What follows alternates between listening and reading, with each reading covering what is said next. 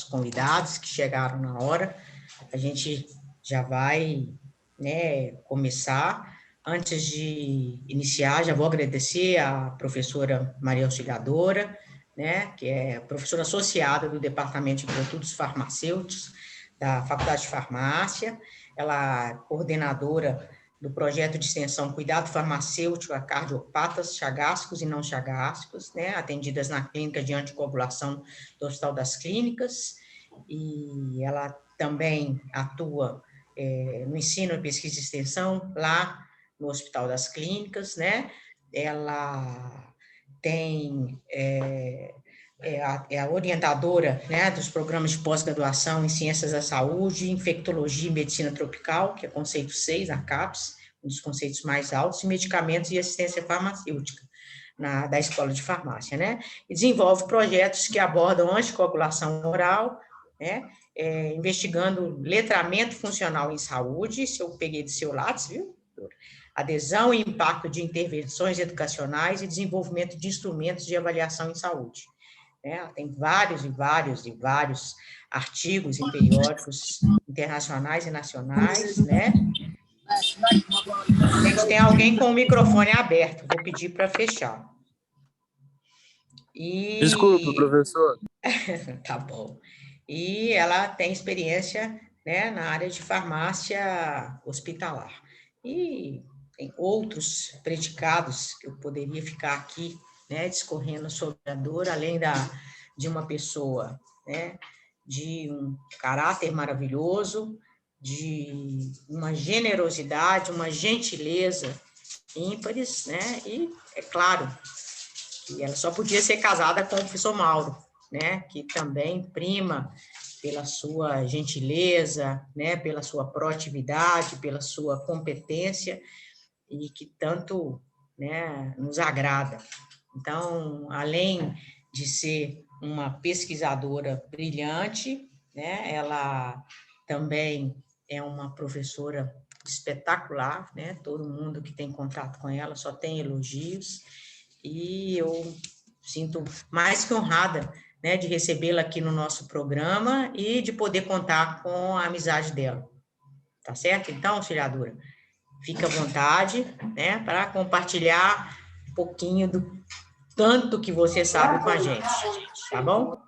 Gente, eu vou pedir para todo mundo fechar os microfones, né, as câmeras também, para que não tenha interferência, tá bom? Eu também vou fechar a minha. Bom, depois dessa introdução, né, eu falo que a introdução dos amigos, né, com tanto carinho, tanto aconchego. Boa noite a todos. Em primeiro lugar, eu gostaria de agradecer esse convite, né, a honra é minha de estar aqui, né, compartilhando um pouquinho da minha experiência, né. A Elisa me convidou antes da pandemia para encaminhar alguns alunos do projeto de extensão TMO para a gente tentar fazer uma aproximação, um trabalho em conjunto, multiprofissional, mais voltado para a área dos medicamentos, onde eu atuo. Infelizmente, essa oportunidade foi interrompida, né, e acredito que temporariamente, né, a gente poder voltar a fazer essa interação. Eu gostaria muito de estar fazendo essa apresentação para vocês pessoalmente, mas infelizmente nós ainda não podemos, né, interagir presencialmente. Então nós vamos tentar fazer o melhor possível com o distanciamento.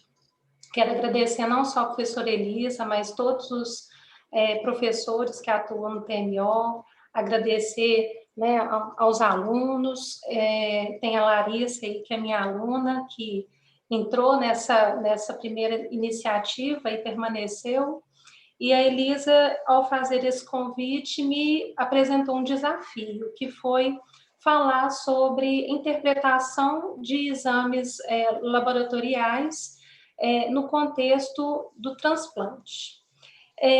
Como ela falou, a minha experiência principal, ela é focada no paciente cardiovascular, que eu venho trabalhando há quase 10 anos, né, e coordenando o projeto de extensão lá no HC desde 2012, e nós temos mais de 500 pacientes em acompanhamento regular, né? Agora eles estão remotamente, nós estamos ensaiando uma reabertura, e o acompanhamento clínico que nós fazemos, mais focado na orientação do uso do medicamento, envolve ali, né, tanto a parte de ensino, pesquisa e extensão, como também a incorporação da avaliação de exames dentro do nosso protocolo de atendimento.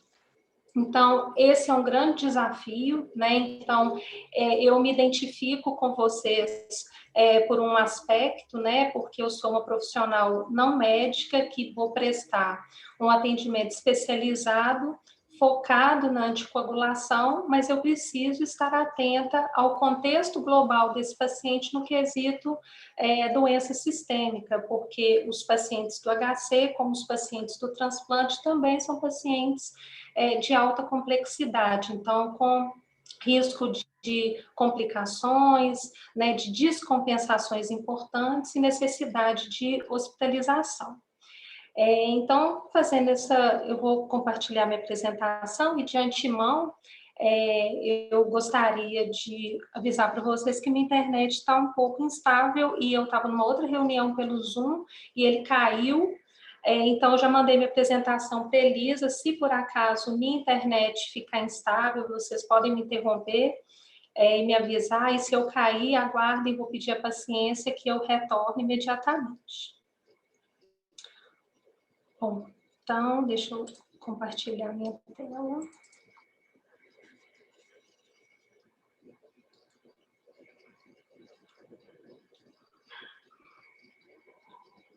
Vocês conseguem ver minha tela?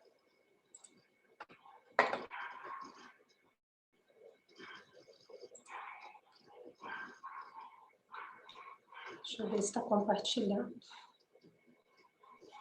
Ah, sim, professora, está compartilhando. Joia, muito obrigada. A partir de agora eu não consigo ver o chat. E eu quero deixar vocês bastante à vontade para me interromperem se acharem necessário. Bom, como a Elisa falou, eu sou... Professora, agora parou de compartilhar. Parou de compartilhar? Sim. Tirou. Então, peraí. Engraçado. Vou tirar meu vídeo aqui um pouquinho. Pronto, agora estamos vendo. Acho que quando você está colocando em tela cheia, ela está parando. Joia. Agora vocês estão vendo? Não, parou. Posso te dar uma sugestão? Você consegue compartilhar a área de trabalho em vez de compartilhar o programa do PowerPoint?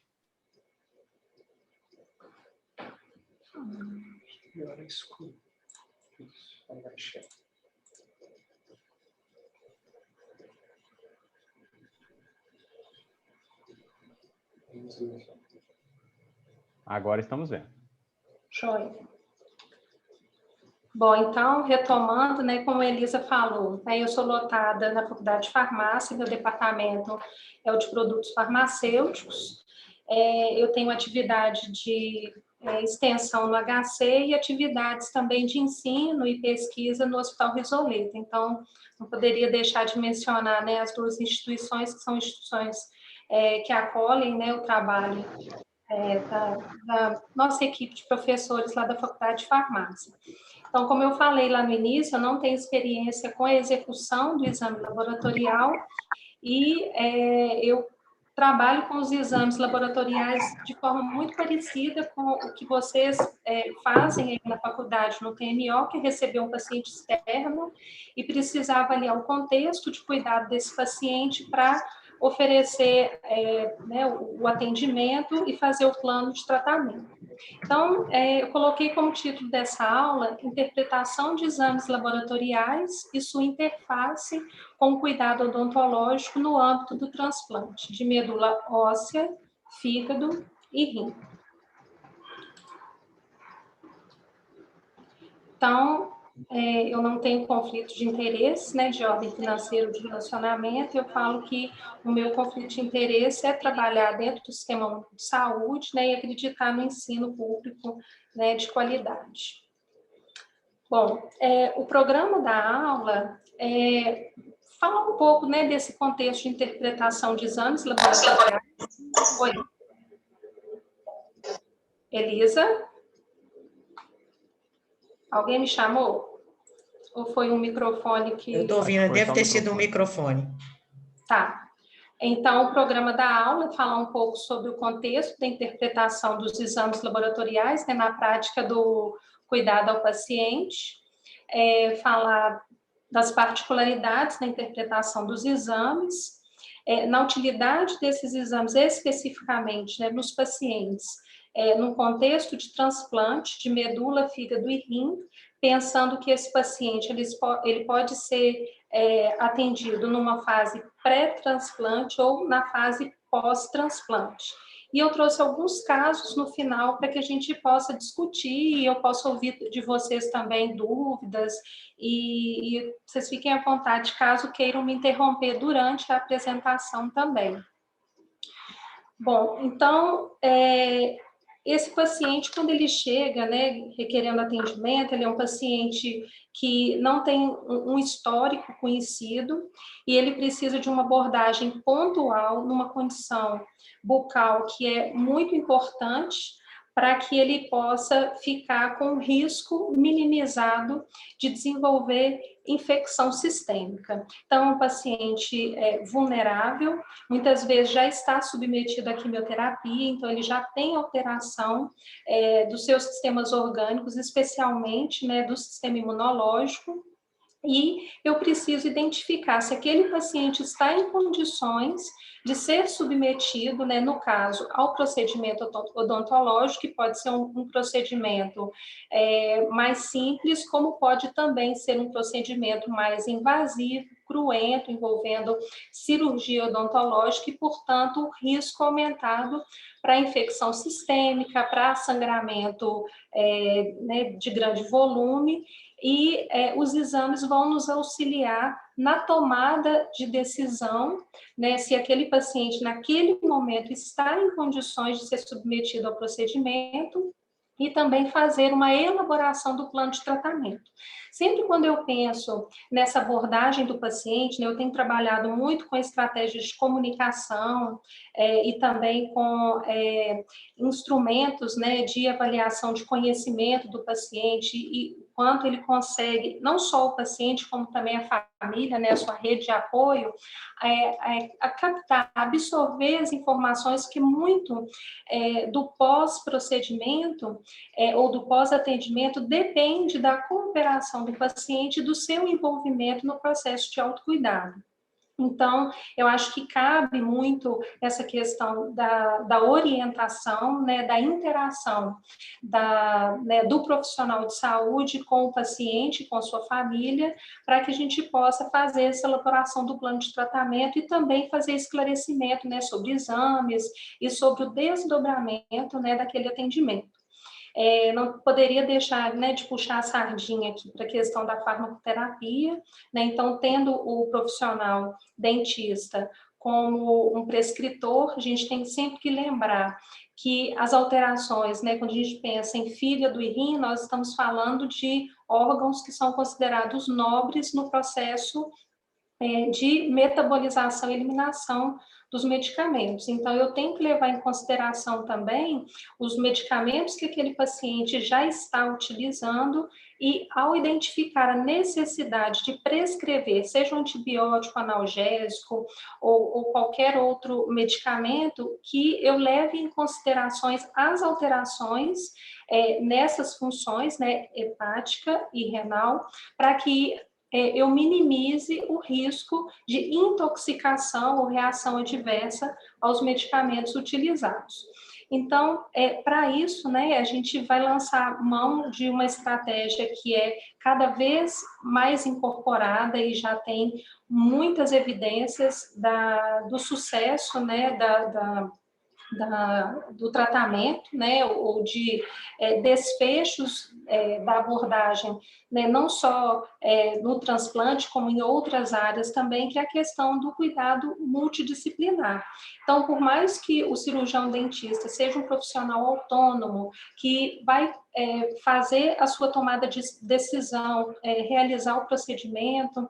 Se ele tiver alguma dúvida ou precisar de algum esclarecimento ou da presença de outros profissionais para discutir o caso, isso enriquece e muito frequentemente vai agregar qualidade ao processo assistencial e também, né, a questão que a gente está dentro de uma universidade, a gente não pode esquecer, né, da necessidade de compartilhar conhecimento, produzir ciência e também fazer o processo de ensino, né, de forma a buscar excelência. Então, a gente vai, né, para o projeto de extensão do TMO, né, eu acabei pesquisando um pouquinho sobre ele, fiquei assim encantada com o número de profissionais e de alunos, não só de graduação, né, como de pós-graduação, que já passaram pelo projeto e tiveram a oportunidade de aprendizado, né, dentro desse contexto. Bom, então, vamos voltar um pouquinho, né, antes da gente falar especificamente dos exames, eu pensei da gente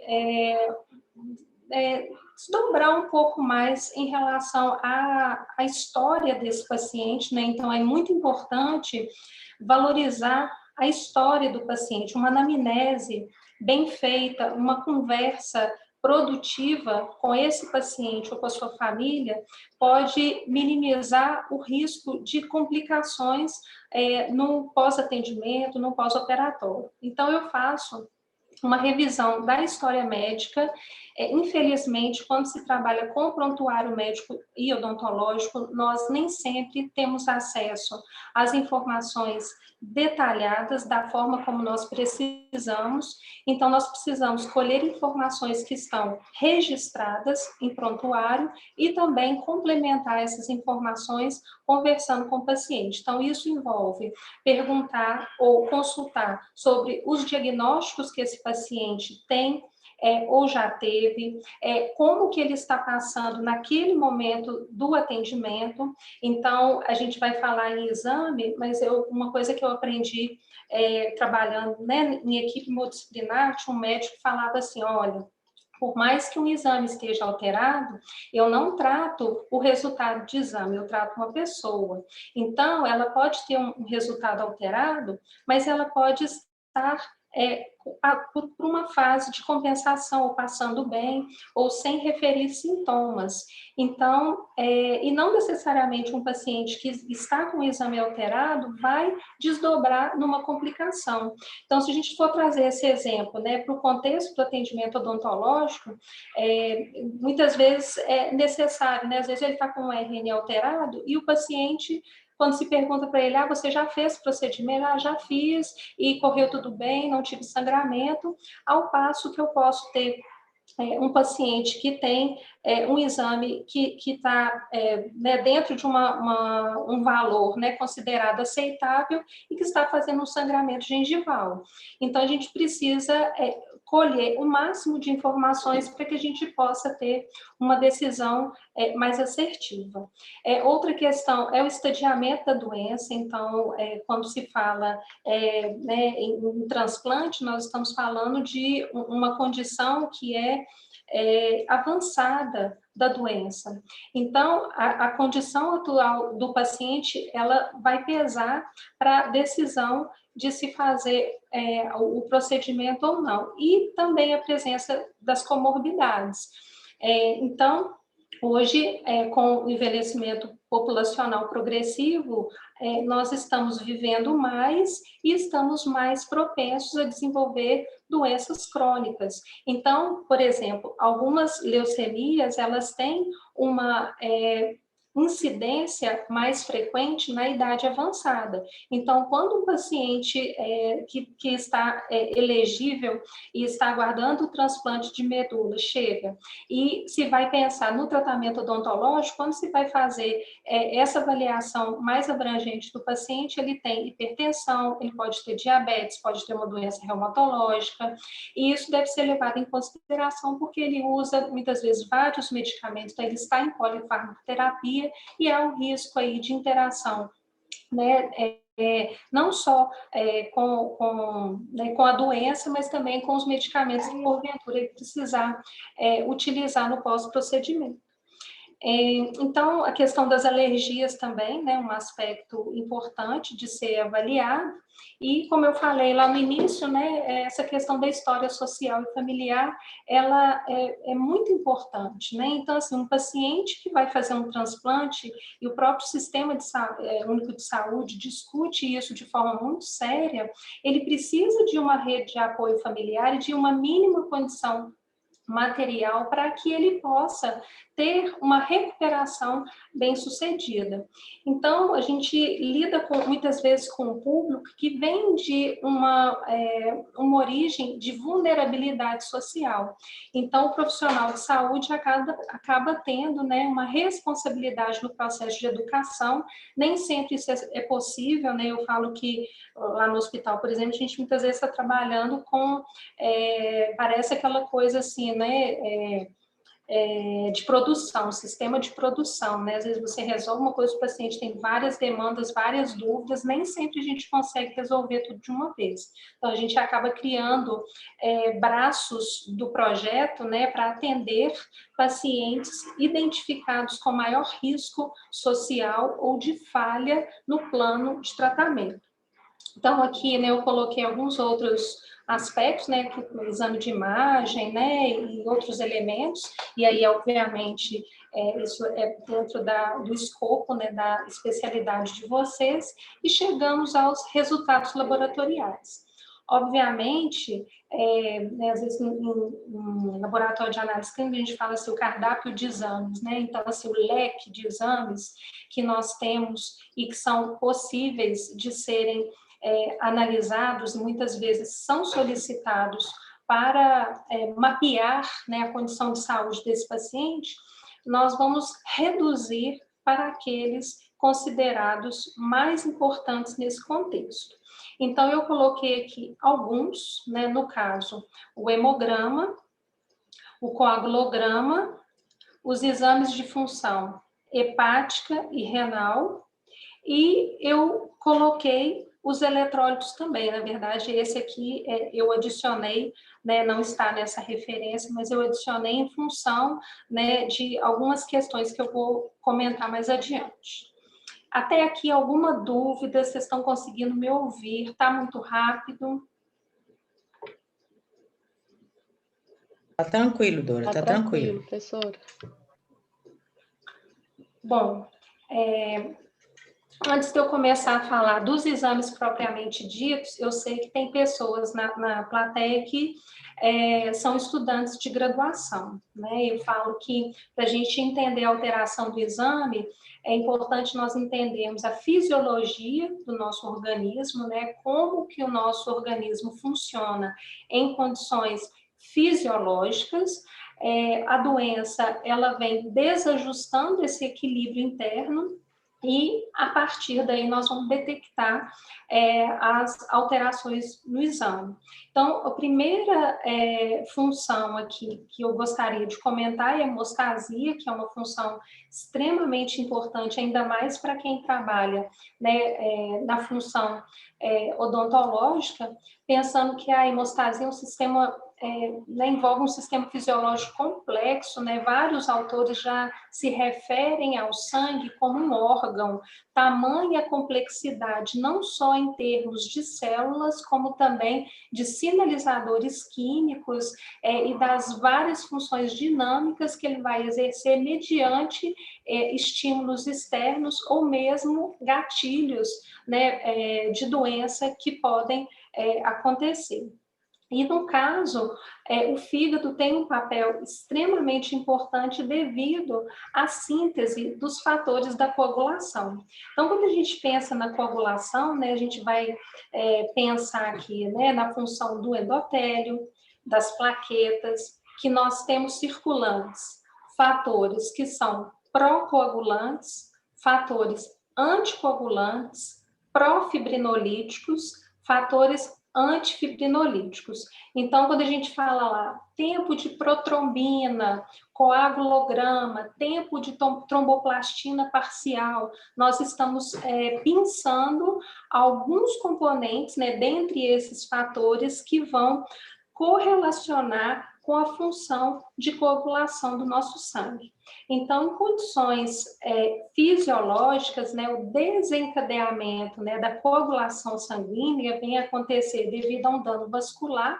Até alguns anos atrás se falava em via intrínseca e via extrínseca.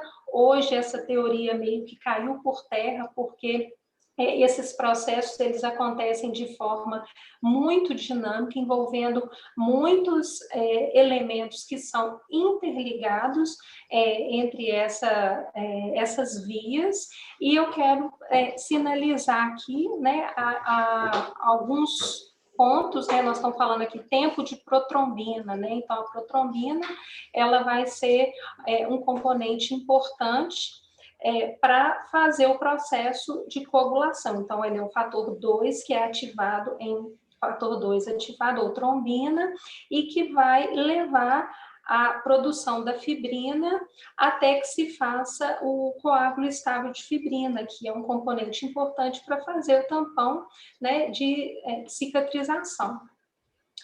Então, além, né, da protrombina, que eu acabei de mostrar, e aí eu vou chamar ela de volta daqui a pouco, quando a gente falar do exame do coagulograma, nós vamos ter aqui o papel das plaquetas como um componente extremamente importante para fazer a consolidação da malha de fibrina. Então, as plaquetas elas vão atuar, né, não só como adesão, mas também com a produção de diversas substâncias que vão fazer uma amplificação desse processo de aderência e, ao mesmo tempo, de consolidação desse coágulo.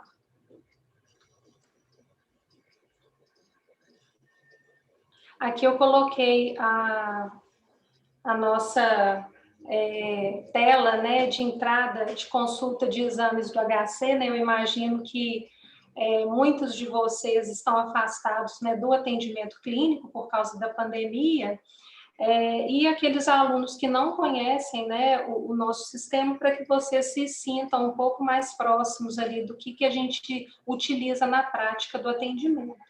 Então, eu vou mostrar, eu optei, né, por mostrar resultados de exames de pacientes reais, que eu busquei dentre os pacientes do nosso ambulatório, e o HC, ele trabalha com um sistema que é interfaceado, né, com um prontuário, vamos colocar assim, e aí os profissionais de saúde, eles têm um cadastro e eles conseguem inserir aqui os dados e ter acesso a todos os exames que o paciente realiza. Aí no TMO, como existe, né, essa parceria longa e profícua com o Hospital das Clínicas, esse acesso ele é liberado, portanto, um paciente que chega demandando atendimento, ele pode ter os seus exames consultados para avaliação, né, no atendimento. Alguém quer falar alguma coisa? Eu chego aqui e vejo só a porta fechada.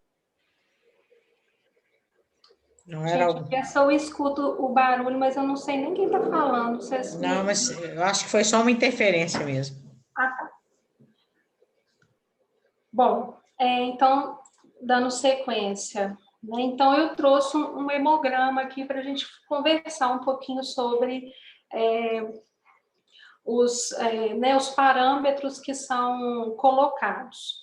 Como eu falei para vocês, eu não tenho a experiência da execução do exame, embora eu tenha já feito as disciplinas lá da escola, né, com as nossas referências, né, professora Graça Carvalho, professora Lucy Dulce, que inclusive já participou, né, dessas sessões de discussão, que são nossas referências, né, no assunto. No caso aqui, Elisa me pediu que fosse algo assim bem prático, né? E eu vou compartilhar com vocês o que realmente a gente usa lá no nosso dia a dia, né? Do atendimento.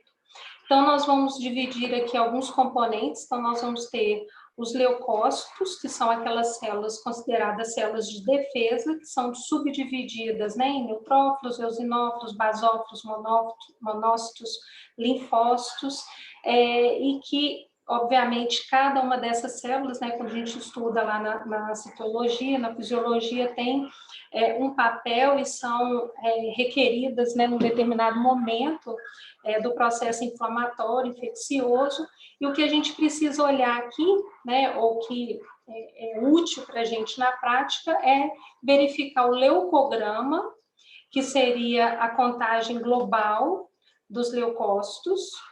Então, nós temos aqui um valor de referência, que é entre 4 e 11, né? Às vezes eu falo assim, 8 mil leucócitos, entre 4 mil e 11 mil, né? Mas lá no HC optou por fazer a anotação dessa forma.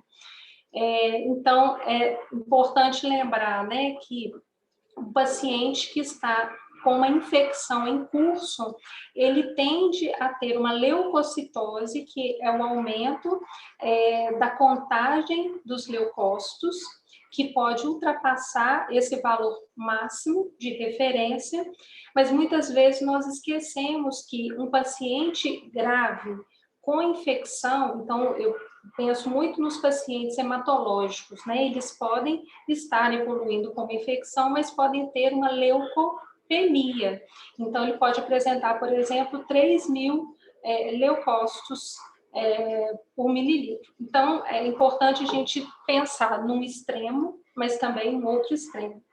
Outro componente importante aqui são os neutrófilos.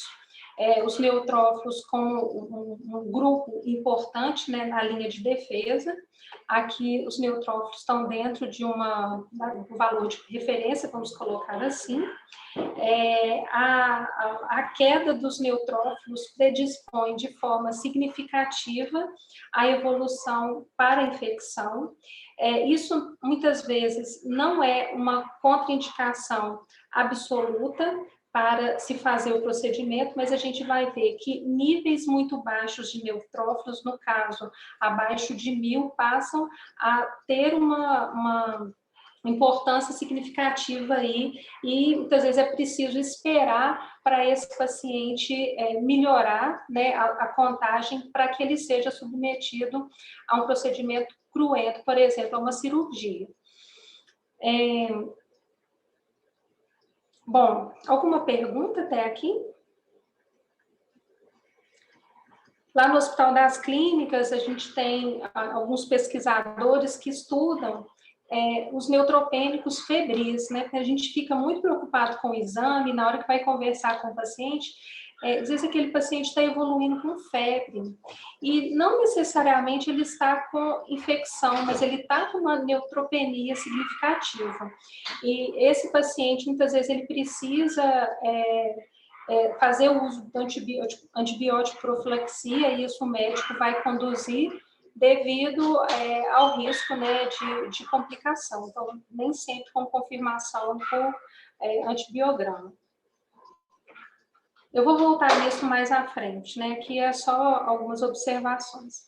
Aqui, eu esqueci de falar, né, que esta é uma paciente cardiopata, jovem, né? Ela tem na faixa de uns 40 e poucos anos. No caso aqui, né, chama atenção que ela tem alguns linfócitos atípicos, o que não seria esperado, né, nesse resultado de exame, devido ao diagnóstico de base dela, mas que é algo, assim, um valor bem baixo, né, mas é algo que requer, assim, um acompanhamento, né, uma avaliação. No caso, ela está cursando com uma anemia, então, olhem que o segundo grupo aqui importante, né, que são os glóbulos vermelhos ou eritrócitos, né, então, no caso, as hemácias aqui, o nosso valor de referência está entre 3,8 e 5,8 milhões, e ela está apresentando 2,64 milhões. Então, nós já encontramos aqui um quadro de anemia. Então, um paciente com uma contagem de hemácias muito baixa, tende a apresentar algumas complicações, no sentido de que muitas vezes a hemoglobina segue, né, essa redução também. A gente observa, né, que a hemoglobina aqui está 10,5, e ela pode apresentar cansaço, vai ter, em algum momento, alteração cardíaca, e a oxigenação dos tecidos, obviamente, fica comprometida. Então, se a gente pensar uma pessoa que vai fazer um procedimento invasivo e que precisa ter uma vitalidade mínima para fazer o processo de cicatrização, dependendo do grau dessa anemia, essa recuperação pode ficar comprometida. Em geral, os sintomas, eles vão aparecer de forma mais significativa com hemoglobina abaixo de 8. Tem alguns outros parâmetros aqui que também são importantes, que estão alterados, mas não foram objeto aqui da nossa discussão hoje, porque normalmente a gente vai focar em hemácias, hematócrito e hemoglobina. E por último aqui, eu já mostrei lá atrás, né, as plaquetas, elas são extremamente importantes, né, no processo da hemostasia, e aqui está 150, 450, aqui está normal, ok, né, então sem maiores comentários aqui para as plaquetas. Trouxe um segundo aqui, já é de um senhor idoso, também cardiopata com fibrilação atrial. Então, os leucócitos estão dentro da faixa, os neutrófilos também, né? A gente observar, e se a gente olhar no detalhe, todos os outros exames aqui também estão normais, né? Dentro da linhagem de células de defesa. Aqui nós já temos uma ligeira anemia, né? Então, a gente olhar que as hemácias estão reduzidas em quantidade, mas a gente observa que a pigmentação ela ainda permanece adequada, né? Porque a gente pensar na questão da fixação do ferro, né, para o transporte de oxigênio. Então, nós ainda temos uma condição que né, talvez um resultado de exame que não tem um impacto sistêmico, né, significativo. O hematócrito aqui também está dentro da faixa. E a gente lembrar, né, por que eu escolhi esse paciente? Que quando a gente vai atender um idoso, é muito comum que com o avançar da idade a gente vá né, perdendo, né, algumas, ou reduzindo algumas das nossas funções, e a gente vai apresentar uma certa, encontrar uma anemia leve. Se você me tirar de mim, não é só um teste? Pode falar. Pessoal, vou lembrar mais uma vez, pedir a gentileza de todo mundo fechar o microfone para não ter interferência, tá bom? Obrigada.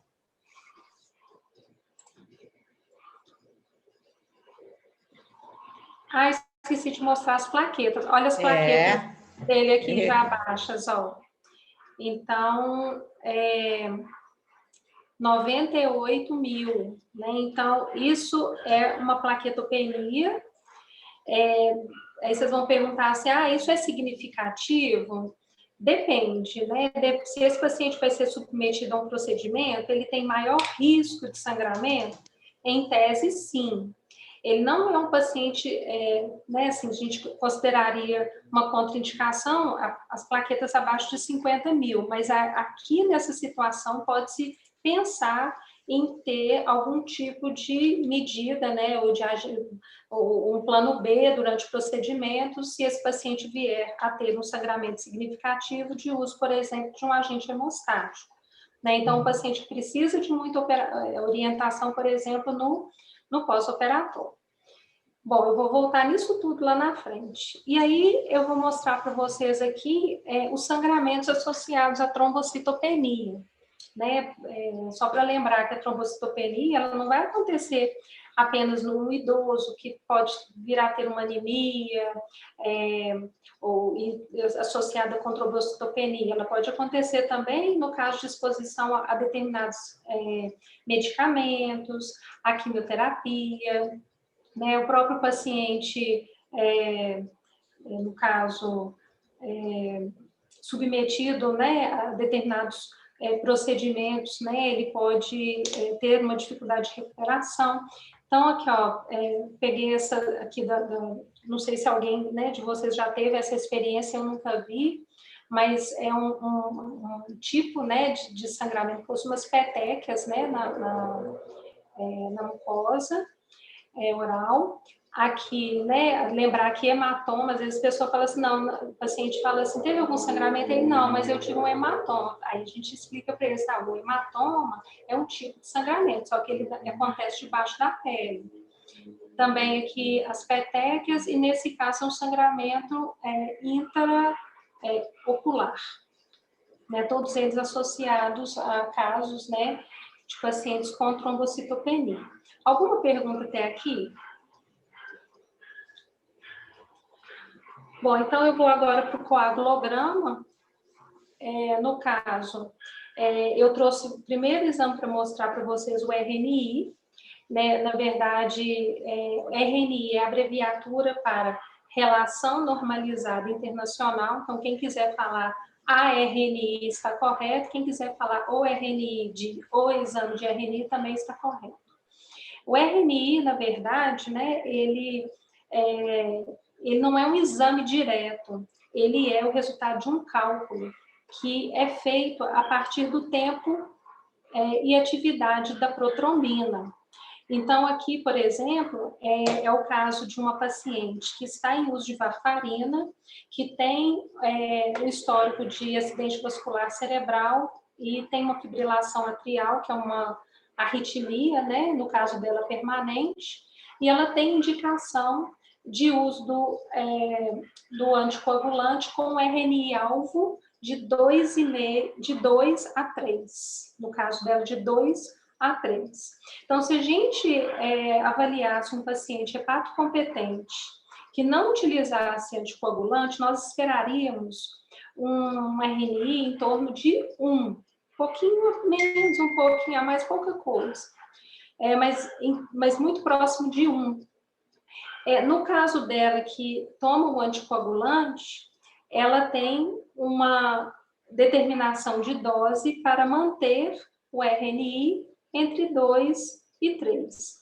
Então, como que esse cálculo é feito? Né? Na verdade, utiliza-se o tempo de protrombina do paciente, ele é dividido aqui por um TP controle, né, e elevado ao IS. IS é um índice de sensibilidade internacional que foi padronizado no Reino Unido, né, com uma recomendação internacional há vários anos atrás, porque a tromboplastina tecidual que era usada para fazer o exame era muito, a origem dela trazia muita interferência, então os resultados eram muito variáveis de laboratório para laboratório. Então foi uma tentativa de padronizar o resultado do exame. Então, aí, com isso, né, a partir desse desdobramento aqui do tempo de protrombina, a gente calcula a RNI. O que acontece com os pacientes hepatopatas? Aqueles que, que podem estar desenvolvendo hepatite, né, seja hepatite viral, medicamentosa, paciente cirrótico, ou aquele que tem histórico de esquistossomose com doença hepática grave, ele tem alteração do RNI sem estar tomando um anticoagulante, simplesmente porque a produção dos fatores da coagulação está comprometida. Então, a gente pode ter pacientes com o RNI que a gente chama alargado, né? O RNI aumentado, e, portanto, é um paciente que tem um risco aumentado para sangramento.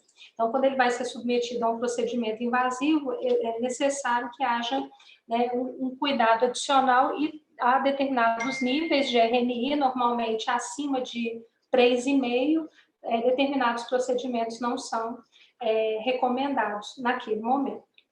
Aqui eu trouxe um paciente que está com uma RNI, né, acima, esse aqui tem o RNI-alvo de 2 a 3, está 3,64. Então, se esse paciente chegasse para vocês e tivesse, por exemplo, indicação de múltiplas exodontias, seria um paciente que poderia ter que ter a orientação de não fazer o procedimento naquele momento e ter que esperar. Lembrando que, ainda que o exame esteja padronizado, pode-se encontrar uma variação nos resultados da RNI. Então, o ideal é que o exame de RNI ele seja recente, né? Então, 72 horas antes do procedimento seria o ideal, embora na prática a gente sabe que às vezes é difícil, né, a gente determinar um prazo tão curto. Bom, outro exame aqui, né, da coagulação que é muito utilizado também é o tempo de tromboplastina parcial, né, que na verdade também se faz uma comparação entre controle e paciente, né, e a indicação é que haja uma diferença aqui no máximo de 10 pontos, né, acima, né, o paciente em relação ao controle. Então, esse aqui está apresentando um PTT, né, aumentado. Então, também ele tem um maior risco de sangramento. Alguma pergunta até aqui? Alguma dúvida?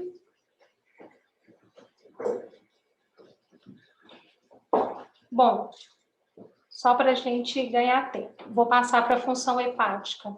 Então, a função hepática aqui, eu trouxe vários exames, né? Os exames estão normais.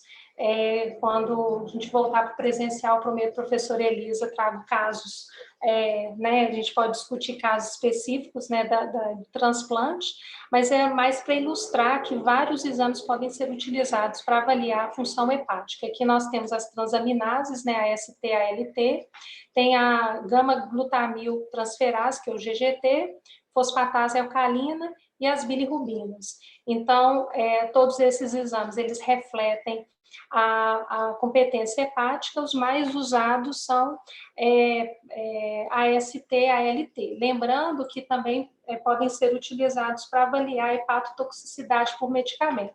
Muitos medicamentos, né, que são utilizados que podem levar a essas alterações. E quando um paciente tem uma hepatopatia, né, dentre as que eu citei anteriormente, muito frequentemente, né, nós podemos encontrar uma alteração significativa aqui de todos esses exames. Eu garanto a vocês que vocês tomarem uma dose muito acima do recomendado de paracetamol, vocês vão ter uma alteração extremamente significativa, podendo ter uma hepatite medicamentosa, que foi o meu caso, eu experimentei isso. Né? Que pode ser muito grave, né? Inclusive. Bem, então aqui agora eu vou falar um pouco da função renal, né? Então, nós usamos, né, a creatinina como um marcador biológico de referência para avaliar a função renal, porque a creatinina, ela é praticamente totalmente filtrada, né, uma parte é secretada mínima, mas ela correlaciona bem com a capacidade de filtração renal.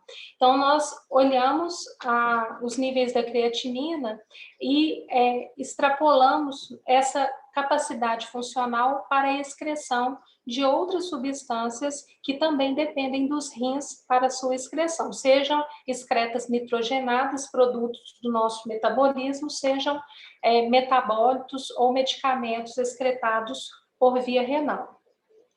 Então, a creatinina, né, embora considerada um marcador tardio da lesão renal, às vezes você já tem uma lesão do parênquima renal instalada, mas ela muitas vezes ainda é subclínica e não levou ainda à alteração da creatinina.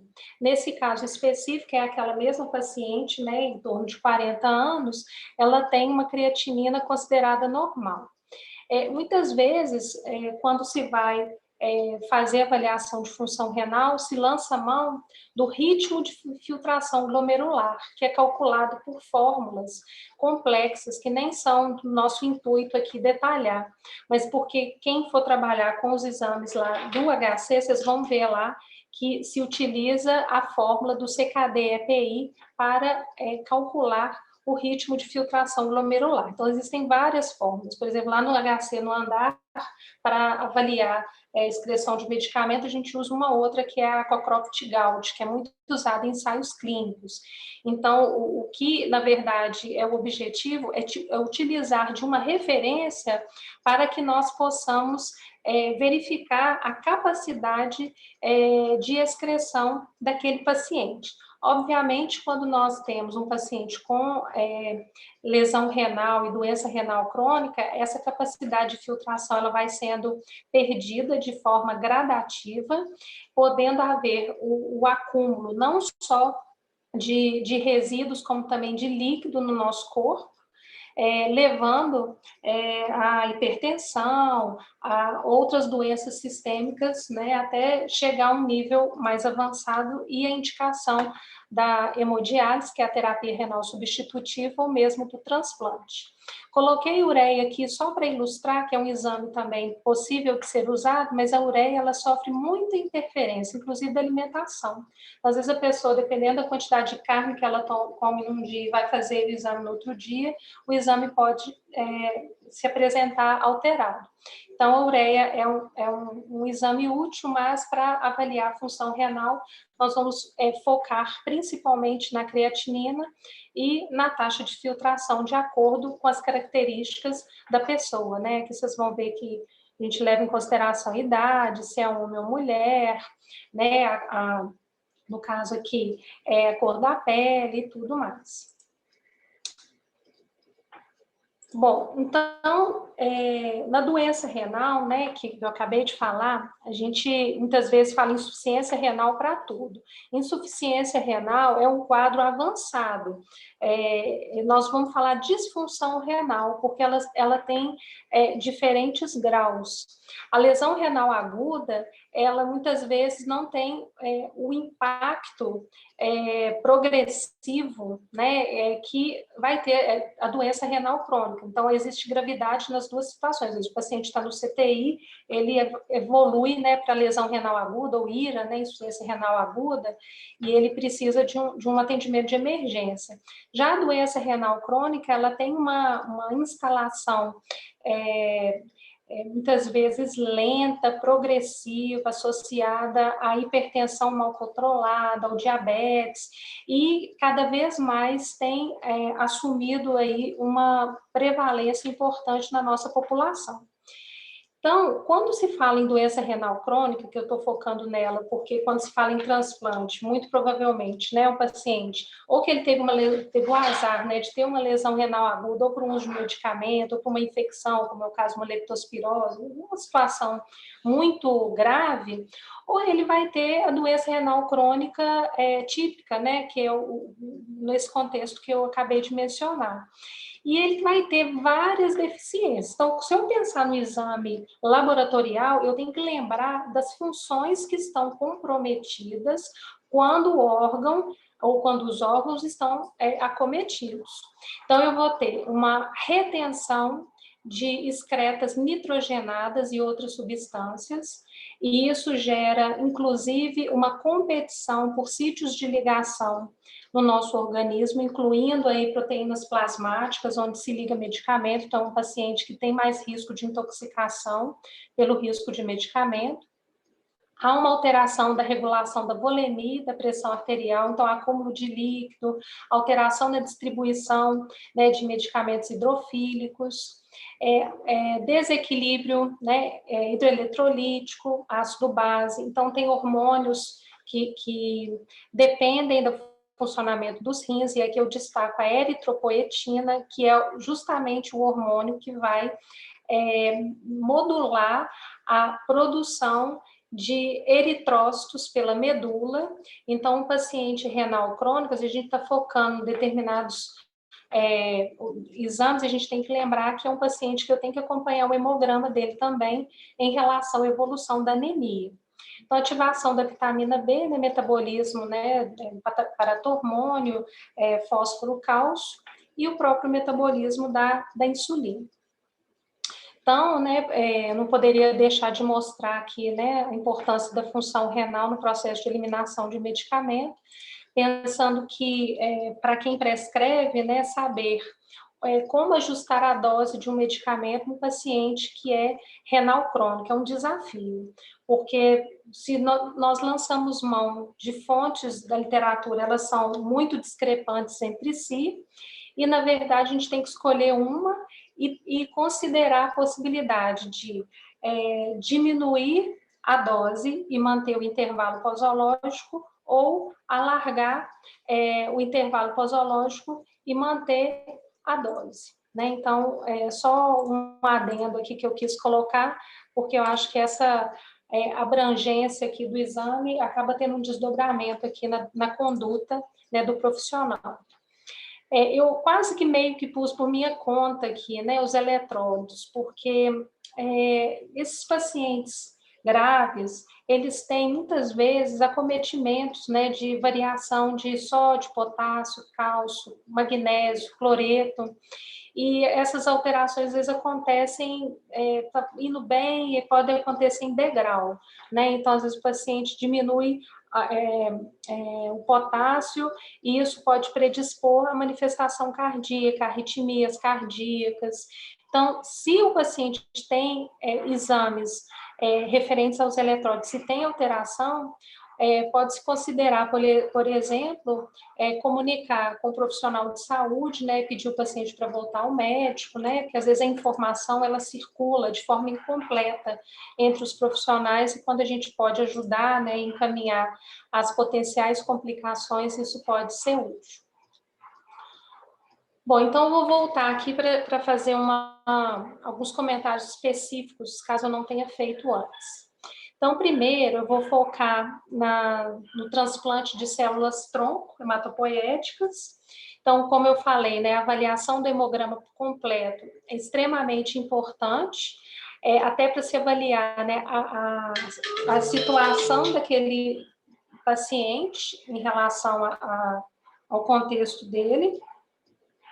Gente, meu celular foi tocar na hora, não, desculpa.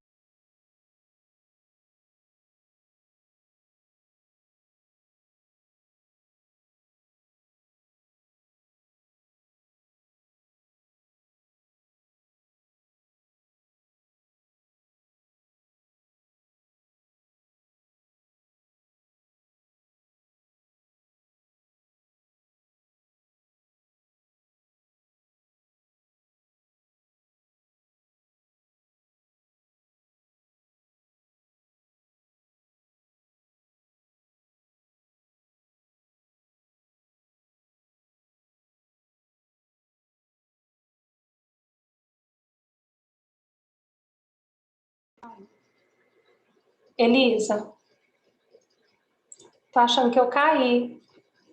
Não, estou falando com você. Ai, que bom. Minha internet deu uma tremida aqui. Bom, então nas Estou te doenças... ouvindo. Agora parou, foi de compartilhar a tela, né? eu sabia que tinha acontecido alguma coisa. Quer que eu compartilhe? Não, peraí que eu acho que eu consigo. Tá bom.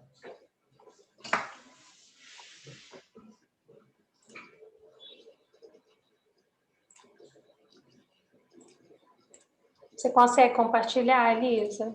Consigo. Eu acho que pesou aqui para mim. É o slide 23 que eu tô.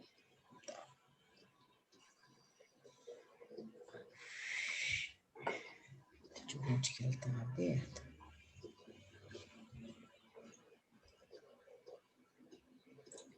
Não é.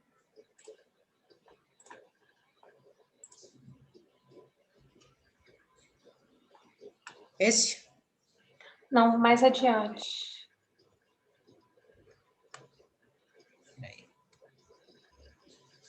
Esse. Estava nisso, Pode né? mais. 23. Isso. Esse próprio. Isso. Sim. Então, nas doenças da medula óssea, especialmente as leucemias e as doenças metastáticas, nós vamos encontrar muito comumente anemia, neutropenia, trombocitopenia. E o risco aumentado para realização de procedimentos é quando a contagem de plaquetas está abaixo de 50 mil por milímetro cúbico. como eu falei, né, se é um paciente que está com 100 mil na contagem de plaquetas, mas ele já está apresentando sangramento, então aí vem a decisão clínica, né, porque questão, né, como eu falei, às vezes o exame não está alterado, mas o paciente já tem apresentação de complicação. No caso do RNI, quando nós olhamos na literatura, o ponto de corte é variável, mas o risco, ele passa a ser aumentado com RNI acima de 3,5.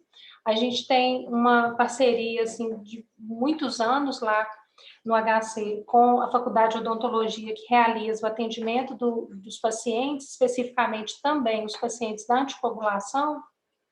E o que se faz aqueles pacientes que têm RNI-alvo de 2 a 3, de 2,5 a 3,5, quando está acima de 3,5, faz o ajuste da dose, espera entrar na faixa de novo antes de fazer o procedimento, justamente para diminuir o risco de sangramento aumentado, né, intraoperatório. Pode passar.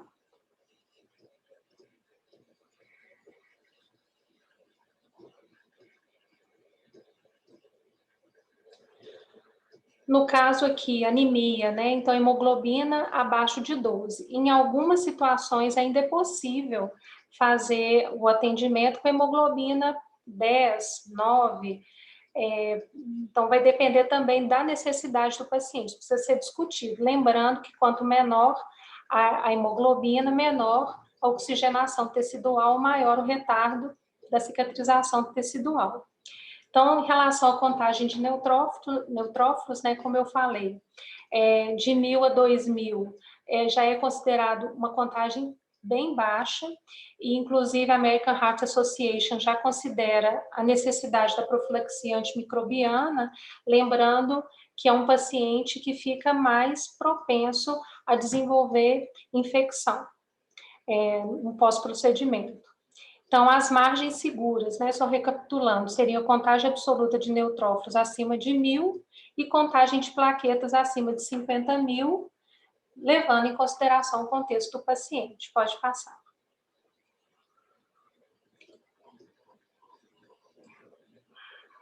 Então, vamos falar um pouco mais sobre o transplante hepático, né? Então, algumas considerações. Acabam que as plaquetas, elas vão voltar, né, como preocupação para esse contexto, pensando que além da redução dos fatores da coagulação, nós vamos ter também uma contagem de plaquetas, né, baixa. Se eu pensar, por exemplo, no idoso, numa pessoa que tem outras alterações, e aí eu posso avaliar aquele contexto ali, pensando que abaixo de 50.000 há uma contraindicação. Pode passar.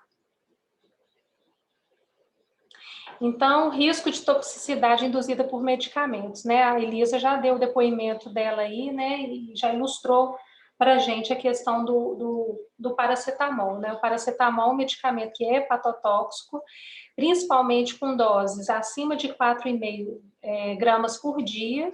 Se eu tenho um paciente que é hepatopata, ele não tolera mais do que 2 gramas dia, então eu tenho que ficar atento em relação a isso.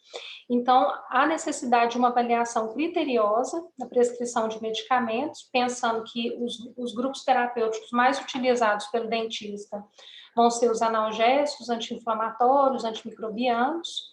E aqui no caso, né, de dipirona pode ser usado 500 miligramas 3 vezes ao dia. Há contraindicação do ácido acetil salicílico devido ao risco aumentado de sangramento, né, pois reduz a agregação plaquetária. E os outros anti-inflamatórios não esteroidais, né, a gente fica muito com a cabeça no ácido acetil salicílico, mas eles também têm uma inibição de produção, né, de tromboxanos e tudo, e podem alterar a função plaquetária. Então, há um receio no uso dos anti-inflamatórios não esteroides, inclusive pelo risco aumentado de sangramento gastrointestinal e complicação renal, complicação hepática, tá, gente? Eu anotei errado, em indivíduos com cirrose. No caso aqui, né, quando a gente fala risco, a gente tem que pensar que é uma questão probabilística. Não quer dizer que se está usando, ele vai desenvolver o sangramento gastrointestinal, mas como a gente faz uma avaliação de risco-benefício, se existe uma probabilidade aumentada, eu tenho que tentar evitar aquela situação, aquele medicamento, para eu proteger o paciente, né, e melhorar a qualidade do meu atendimento. Em relação aos hipnoanalgésicos, né, o risco de encefalopatia hepática e os ansiolíticos são fortemente dependentes do fígado para a sua metabolização, e com a redução da metabolização hepática, há um aumento da meia-vida de eliminação, podendo aumentar a sonolência, inclusive levar à parada cardiorrespiratória. Olha, eu passando o slide aqui, Elisa, desculpa.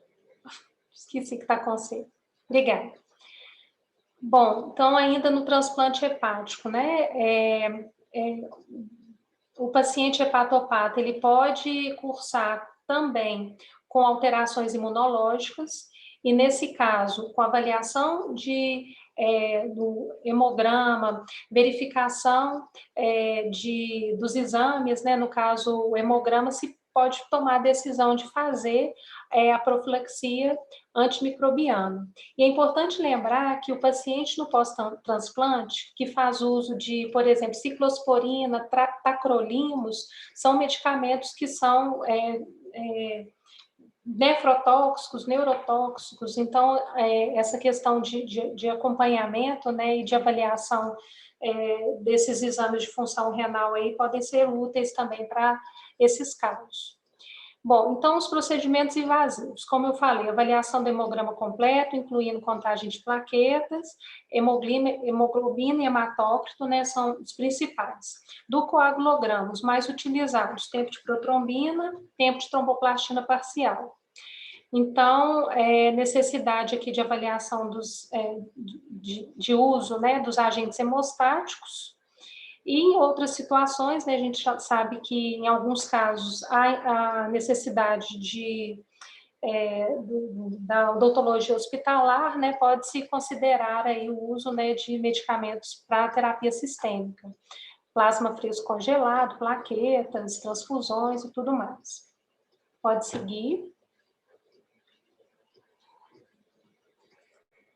Aqui eu coloquei, né, só prestigiando, né, a produção da casa, né, eu meio que vasculhei aqui algumas produções específicas, né, do projeto de extensão TMO, e achei um trabalho interessante do pessoal da Bahia, falando sobre o protocolo de atendimento odontológico dos pacientes elegíveis para transplante hepático. Depois, Elisa, se você quiser, eu mando esses artigos, talvez possa ser interessante como leitura para o grupo. Pode passar, por favor.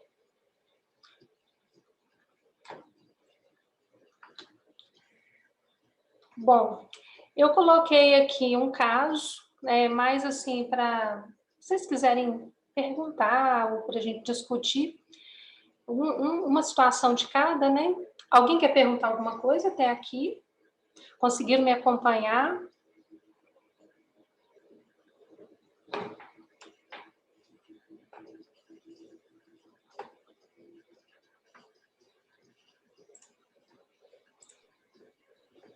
Então, deixa eu ir para o caso aqui, aí depois eu abro a palavra aqui e vocês comentam. Então, eu pus aqui, ó, paciente, 48 anos, sexo feminino, com insuficiência renal e em hemodiálise, né? Então, pensando que um paciente está se preparando para o transplante renal. Precisa realizar tratamento endodôntico em 37 e 43. Aqui eu recebi uma consultoria para a parte do tratamento odontológico. Como que seria a conduta? O que vocês fixaram aí dessa aula? Alguém quer comentar?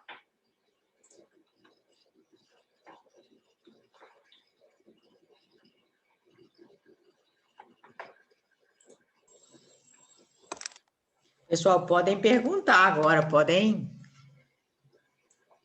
participar. Pode ser alguém da graduação, vamos supor que você está lá como referência no atendimento. Como que você começaria aí dentro da sua dupla ou da sua equipe?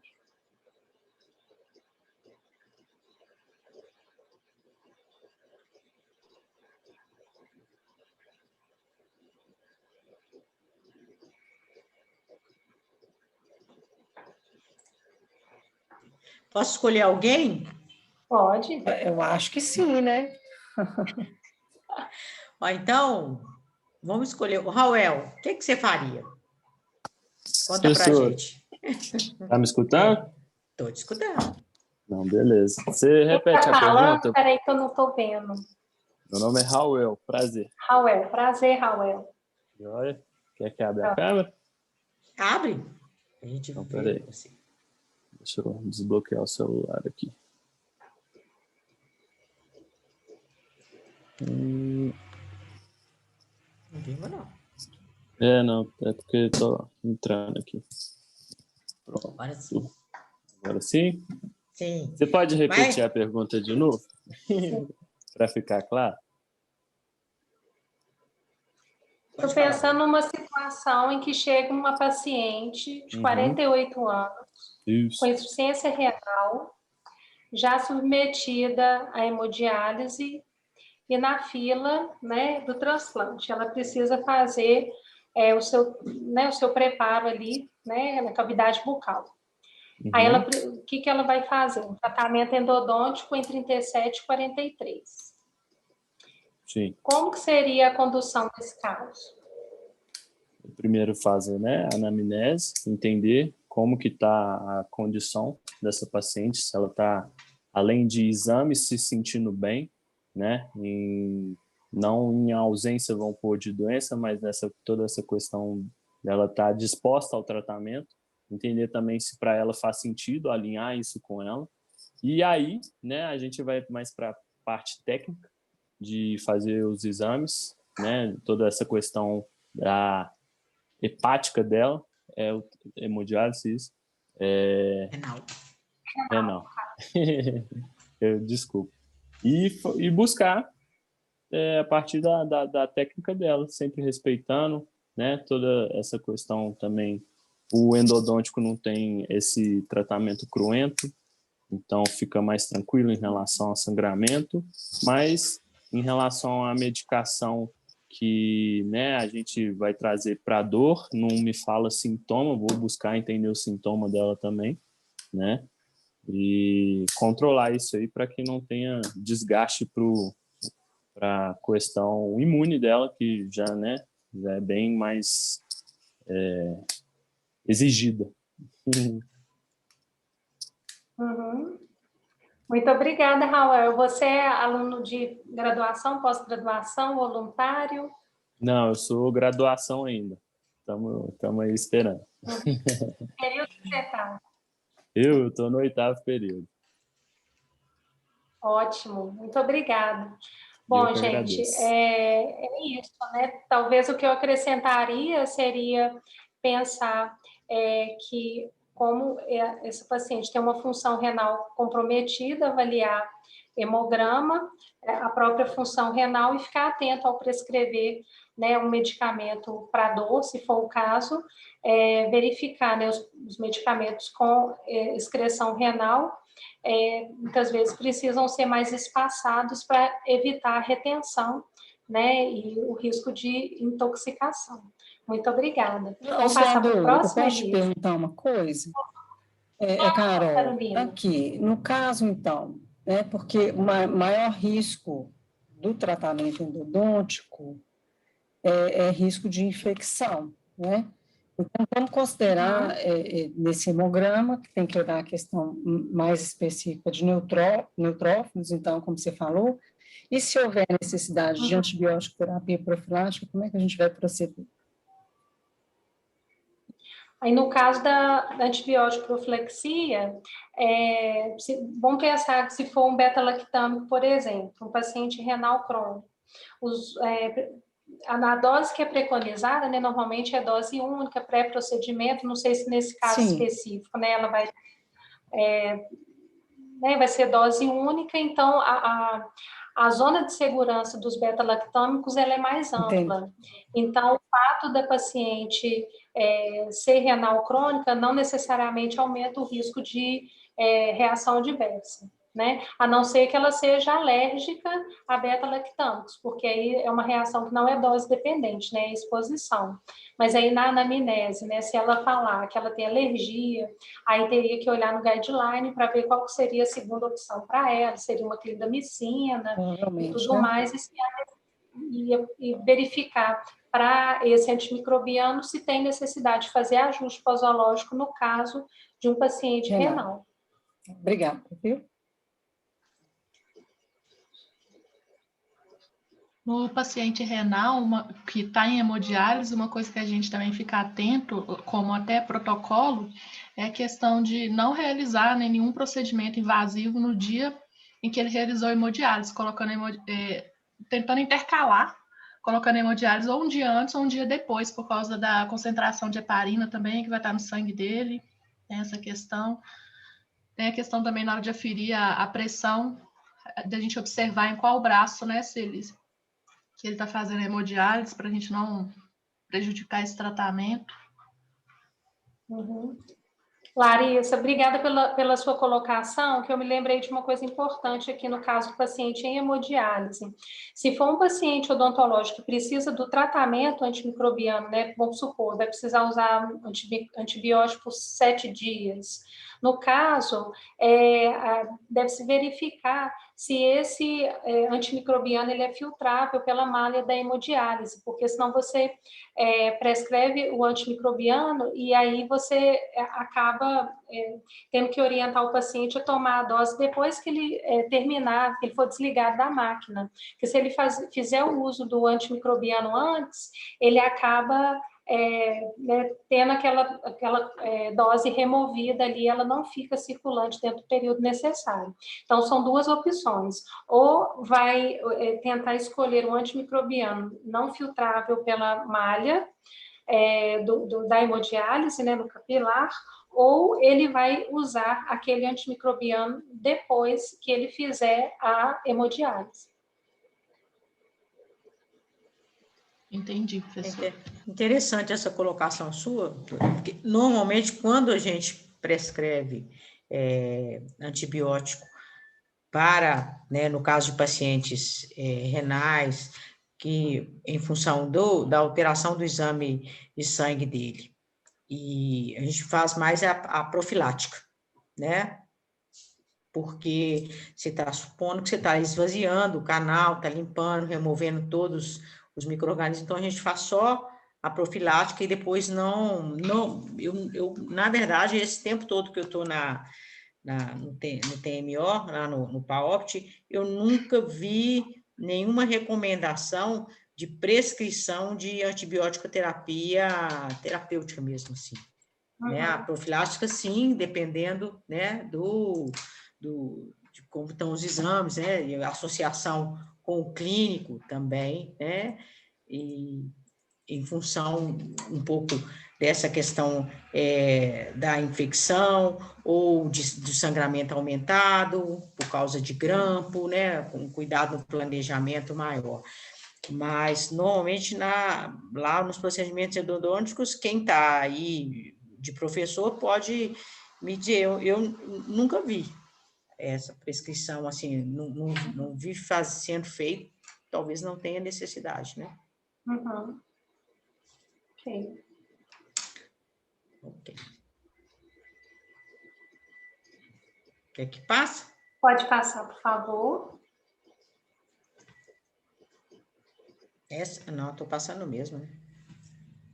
Então, a próxima já é um senhor, uma senhora idosa, 75 anos, com leucemia mieloide crônica, precisa ser submetida a exodontia de 47 e 27.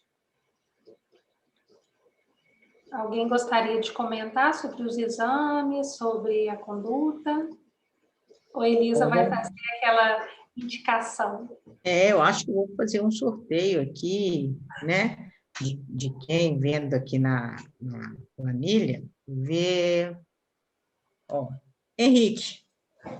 Volta um pouquinho o slide, Elisa, no 30. Ó, desculpa, Henrique Andrade.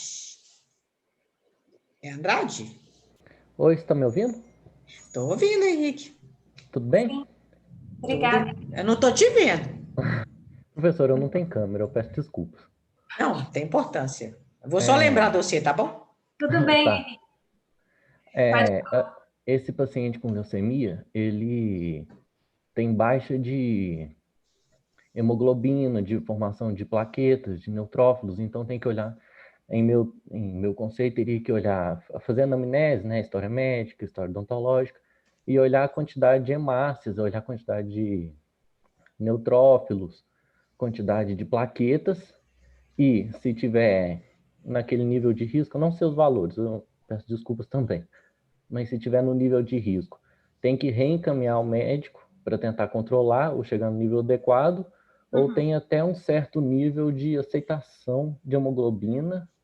O RNI tem que estar, acho que até 2 ou no máximo 3. E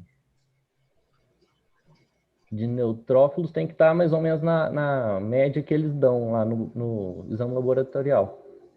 É o que eu penso. Ok. Você falou os exames, né? O leque de exames realmente que tem que olhar. Hemoglobina, hemácias, vai olhar os neutrófilos, contagem de plaquetas, o RNI, ok. Né? O RNI, no caso, até 3,5, né? Seria o mais indicado. Você é aluno da graduação também, Henrique? Sou só aluno da graduação. Eu estou no Qual 7º período. você tá? No 7º. 7º? Que bom, obrigada, tá? Pela sua participação. Alguém quer acrescentar algo, gente, que ele comentou? Eu acho que... E aí, gente, tudo já? Eu acho que como o caso dela... Vocês estão conseguindo me ouvir, né? Como o caso dela é uma paciente de 75 anos, já é uma paciente idosa, além disso, seria muito bom a gente avaliar outras doenças, porque raramente lá no projeto a gente consegue achar pacientes acima de 50 anos que não tem nenhuma outra comorbidade, como hipertensão, diabetes e outras doenças assim, né? Como no caso ela está com a leucemia mieloide crônica, isso vai alterar basicamente mais o quadro branco do hemograma dela, né? Então, basicamente o leucograma dela ali que pode estar um pouco complexo da gente avaliar, mas eu pelo menos acho que a gente tendo essa noção dessas doenças pregressas ali, por ser um paciente feminino de 75 anos e entender às vezes a necessidade dessas exos, dependendo do quadro do leucograma, talvez a gente entraria também com antibiótico terapia, também tomar cuidado, porque dependendo da doença leucêmica e do tratamento que ela faz, muitas vezes esses pacientes de leucemia mieloide crônica nem tanto, mas mais de mieloma múltiplo, eles fazem uso muitas vezes de bisfosfonatos, então isso era algo que a gente também tem que se atentar, porque se esse paciente faz esse uso de bisfosfonato, na hora que da sua intervenção ali, o seu planejamento é totalmente diferente, porque dependendo da exo, pode causar uma necrose, né? Tanto na maxila quanto na mandíbula. Então, esses são os pontos assim mais chaves assim da gente lembrar, porque e além disso, por ser um paciente que está enfrentando uma leucemia, provavelmente ele já está fazendo uso de alguns quimioterápicos, então a gente tem que estar atento e por isso que a gente ter a galera da farmácia lá com a gente eu acho tão importante, porque a gente não tem conhecimento de algumas interações medicamentosas, e aí a gente às vezes fica com o pé atrás de poder receitar nem que seja um anti-inflamatório, entrar com algum medicamento assim, e a gente não sabe como que aquele medicamento ele vai reagir com os medicamentos que esse paciente já está fazendo uso, principalmente desses quimioterápicos, que muitas vezes são medicamentos que a gente tem zero conhecimento deles, e principalmente a interação, né? O que vai acontecer referente a isso. Joia, obrigada, Leandro. Você é voluntário do projeto? Eu sou bolsista lá no projeto. Aham. Você já é formado? Não, eu estou no 6º período, sou da graduação. Obrigada pela sua participação. De nada. Excelente. Alguém mais? Podemos passar aqui para o último, para a gente... Bom, vou ler aqui. Paciente de 60 anos, sexo masculino, com cirrose hepática causada por esquistossomose. Precisa realizar tratamento endodôntico em 16 e 17. Vou escolher a Ianca.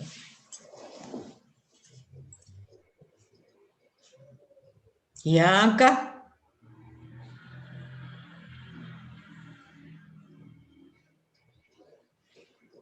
Diz ela que está sem microfone, Elisa. Então, Marcela Louisa.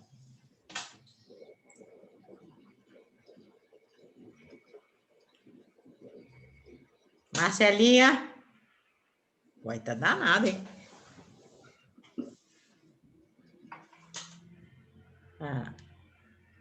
Bom, Marcela também não está respondendo.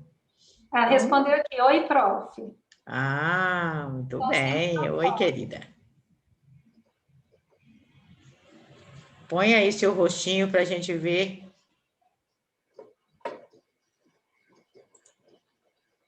Uai. Diz ela que câmera tem. A Marcela está sem microfone também? Lá veio, ela falou que está sem microfone, mas aí a Marcela. Ei, Marcela, prazer.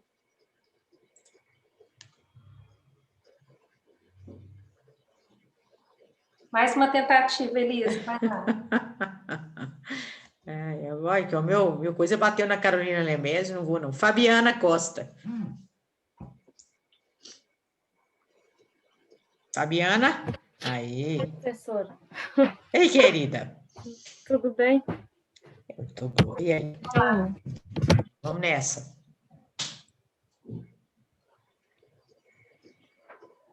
Oh, desculpa, minha cachorra é meio escandalosa, viu? Tá bom.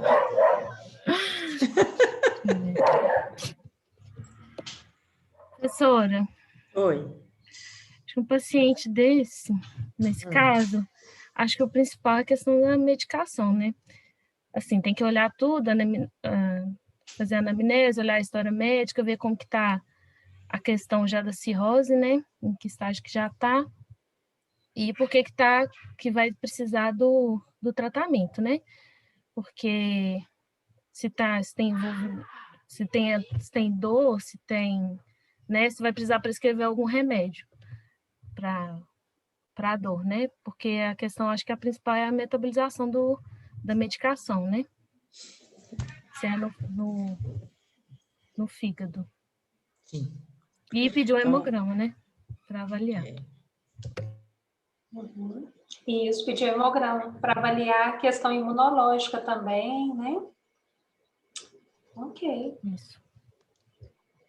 Alguém gostaria de acrescentar algo?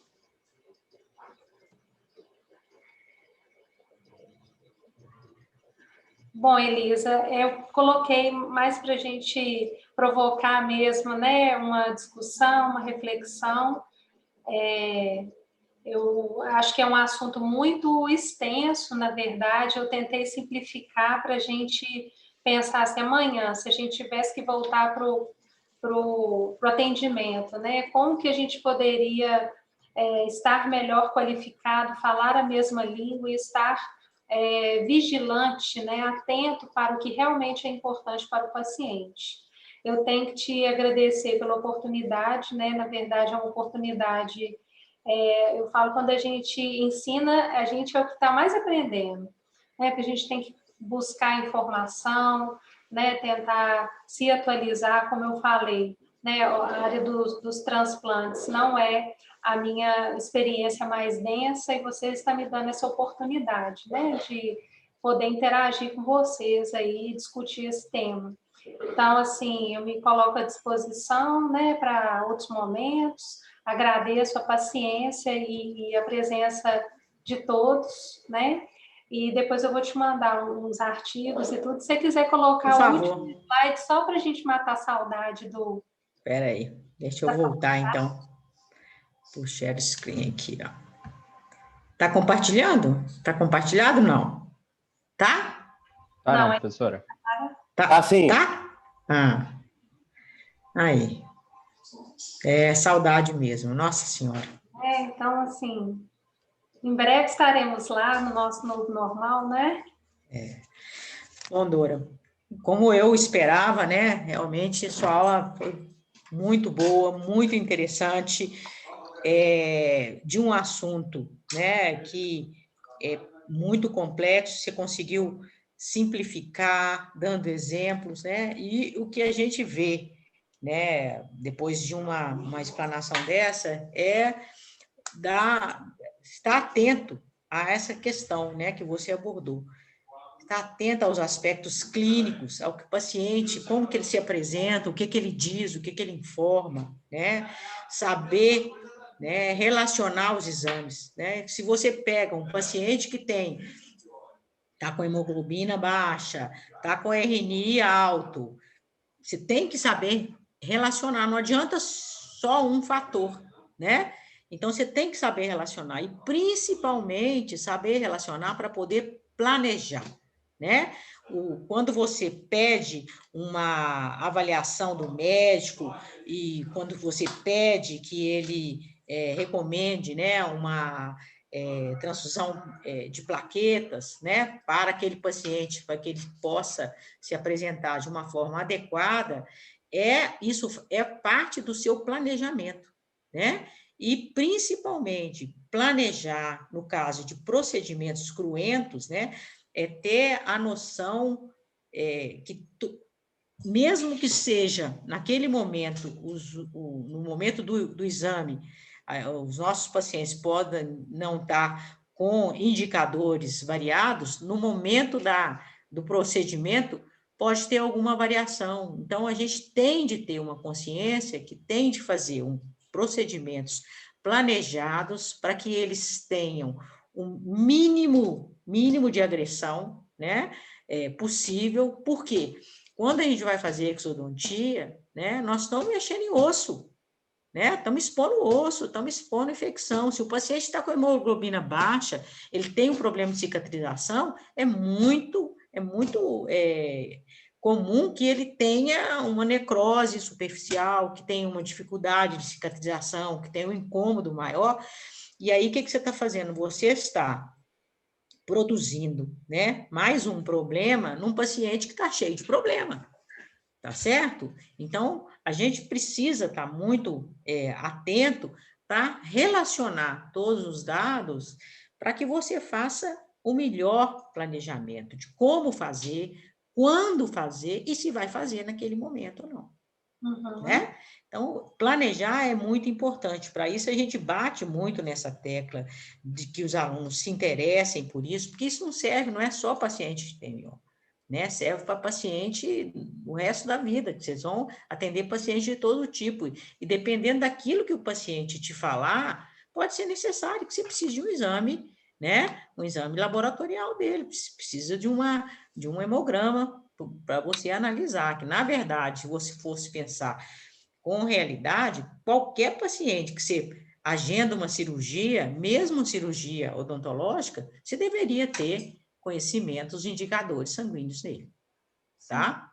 Porque pode ter uma alteração, né? Nem todo mundo que acha que está tudo bem, né? Então, eu te agradeço demais. A professora Lucy já teve a oportunidade de falar aqui para a gente. Ela é uma sumidade mesmo, né? Ela trabalhou muito, né, nessa questão da coagulação. Agora, a sua aula foi muito interessante por causa disso, né? Que você relacionou com o dia a dia. Você falou, olha, o que você tem que estar atento, o que você tem que fazer. Então, eu te agradeço demais pela sua presença, pela sua disponibilidade, pelo seu carinho com a gente. E você pode ficar certa, nós vamos continuar, né, abusando da sua boa vontade e te pegando para colaborar com a gente. Por último, eu quero compartilhar uma tela aqui com vocês. Elisa, a Ingrid fez uma pergunta. Pois não, Ingrid. Pode Ela falar. escreveu aqui no chat assim, gostaria de uma explicação um pouquinho maior sobre a importância ou necessidade da atenção do RNI. Ah, tá. Então, eu vou responder rapidamente, posso? Claro! É só dizer o seguinte, que o RNI, ele reflete o tempo de protrombina. Então, o que a protrombina faz? O processo de coagulação tem relação com a formação do tampão cicatrizante. Então, se a protrombina não está funcionando, né, dentro se a protrombina está com a função reduzida, vamos colocar assim, a gente vai medir o RNI para verificar isso. E se o RNI estiver muito alterado, significa que se você fizer o procedimento naquele paciente, naquele momento, ele pode ter um sangramento intraoperatório, né? Então, a gente tem que aguardar para tentar contornar, né, aquela alteração. Tem até uma referência que fala sobre injeção de vitamina K, né, porque a vitamina K é uma coenzima que participa da ativação dos fatores da coagulação, mas a literatura ainda é muito reticente, assim, parece que não tem algo muito bem estabelecido nesses pacientes em relação à vitamina K. Então, na verdade, a gente usa o RNI mais como uma questão de monitorização para a tomada de decisão e para melhorar a segurança do paciente. Não sei se eu respondi sua pergunta, Ingrid. Ah, sim, ela respondeu que sim. Bom, então, Dora, reza a lenda, né, que todo mundo que colabora com o PAOPT ganha um mimo da professora Elisa, sabe? E é verdade, é uma lenda verdadeira. E nesses dias, né, essa semana e na semana passada... Bolo, Elisa. Tem bolo, se é bolo. Particularmente, né, essa semana eu tive muito apertada, então eu vou compartilhar com vocês aí essa tela, vocês estão vendo? Tá todo mundo vendo? Hino! Tá certo? Então, é um vale-brinde gratidão, então eu tô marcando até a data, até o fim do mês, vai receber em casa. Nossa, eu já estava me sentindo assim numa honra, num prestígio assim absurdo. Então, pois é, então esse vale brinde, aposto que o Mauro já vai me cobrar que eu mande para ele ter como uma prova, mas é isso. Eu vou na semana que vem, depois do carnaval, né? Que não existe carnaval, mas depois desse recesso, eu vou ter que ir a Pampulha e vou levar a rosca, porque eu fazer a rosca não tinha problema. O problema é que eu não estava arranjando jeito de ir lá onde vocês moram, né? Lá na Pampulha, que é mais longe. Então, eu deixo para outra semana, que com certeza vai chegar aí uma rosca de canela, tá bom? Muito obrigada. Muito obrigada. Muito obrigada a todo mundo. Vamos agora, Larissa bate, o Leandro que bate uma foto, eu vou pedir para todo mundo, né, ligar a câmera para a gente aparecer para poder fazer a foto. Você faz, Lelé? Faço sim. Deixa eu só ver aqui.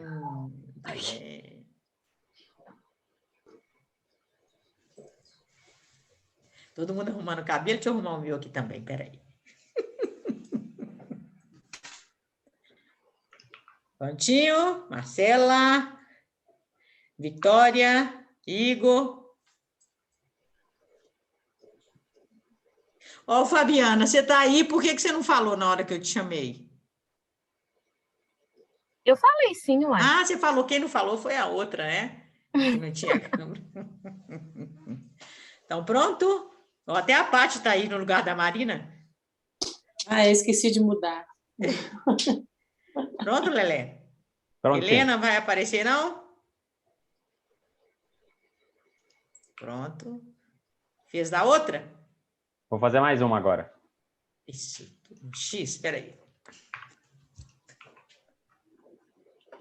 Pronto. Pronto. Gente, muito obrigada, viu? Eu mando a foto, Leandro manda no grupo e eu mando para vocês. Muito obrigada. Até semana que vem, se Deus quiser. Grande beijo para todo Obrigada, mundo. Boa pessoal. noite. Beijo. Obrigada. Tchau, beijo. Fique com Deus. Boa noite, pessoal. Boa noite, gente. Tchau. Boa noite. Tchau, gente.